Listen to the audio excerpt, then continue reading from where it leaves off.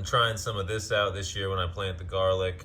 I ordered some garlic from here as well as from Epic Gardening. We'll see how they do when I harvest them, probably May of next year. And that over there, that is called mycorrhiza. And let me tell you, that's something you definitely want to be using when you are planting things. It definitely works to increase the root system and the root network, and therefore the plants often do better and get bigger. Some nice beets that I'm trying this year. Cylindra, golden beets, Detroit dark red.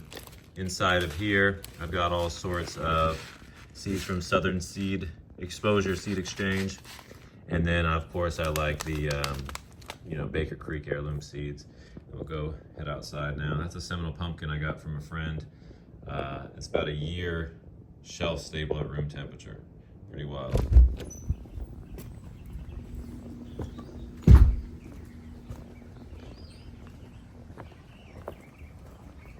Let's come back over here.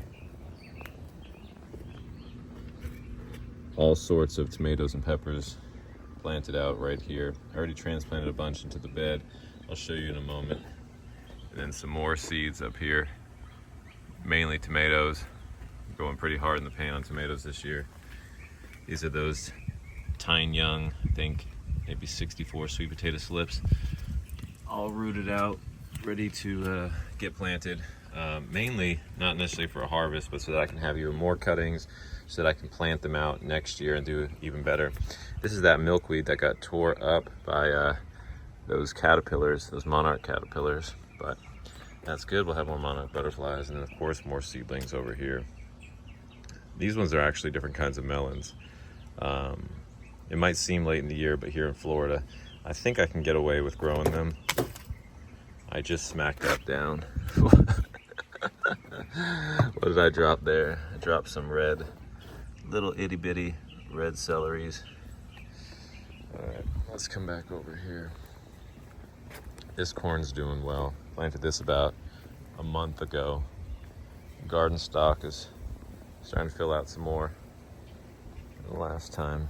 But this fresh planting of corn right here just came up about 2 or 3 days ago. Started cutting blades there, and then these two right here, I believe, are the Tahitian melon or the zucchini rampicante. I forget which one.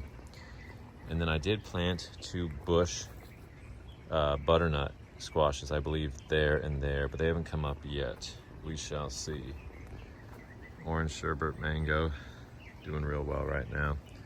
Let's come over here to this bed. Past this avocado, this peanut butter fruit, this mulberry, this other mulberry, a few other avocados, this peach tree. That loquat's got flowers on it right now. My largest mango, this giant cherry right here. Head into the little jungle. All right, so over here, I've got all along the border there, a bunch of sunflowers. I did the same thing along this border here. They haven't come up yet, but they should be a smaller variety. I think I did teddy bear sunflowers along here. And then back there, honestly, I might have done one of the mammoth varieties, which is kind of wild. We'll see how that shakes out.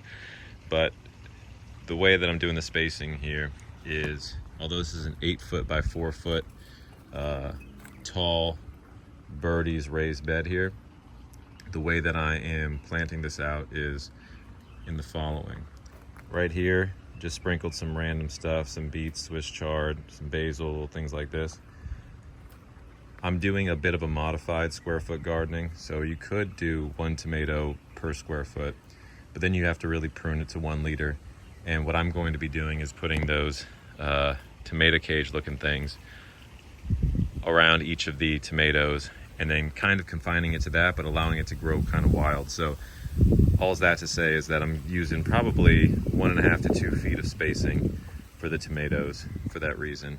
So I've done 1, 2, 3, 4, 5, and then coming down 1, 2, 3, 4, 5. So that's 10 tomatoes right there. And then I've got a little pepper right here, another pepper here, tomato here, pepper there, tomato over there. Now, the peppers and tomatoes will end up getting those tomato cage type things that are kind of got the multiple circles and then the spiked legs that I'll push in. I've done it before. It looks kind of wild looking, but it gets the job done. And then I've got a few other little random things that I planted in here, like a eggplant that hasn't come up yet, and a Chinese type of broccoli over there. And the remaining little seedling trays I'll probably move back. Or to be honest with you, they were starting to get leggy where they were only getting half-day sun, so that's why I brought them over here today. I might end up having to just transplant them into some pots here soon and bury them a little deeper because they're getting a little too leggy. And you can bury the stem of the tomato, whereas a lot of other plants you can't do that, but tomatoes it's fine. They'll grow roots off of them. I hope that this right here, this lemon zest mango, produces this year. It's a seedling, so it may not, but I've heard amazing things about this variety, and it looks like it's at a good fruitable size. We will see how that one does. This right here, this is a day avocado, and my experience with them at this point is I'm gonna probably pull this out. I might put that peach tree right there, which you can see potted. I might put that one right here where this day avocado is. It just hasn't done well. It's been in the ground. It's one of the earliest plantings I've had in the ground, and it hasn't done well. So probably time for it to get replaced. And the rest of the garden is looking pretty lush. I'll see you on the next video.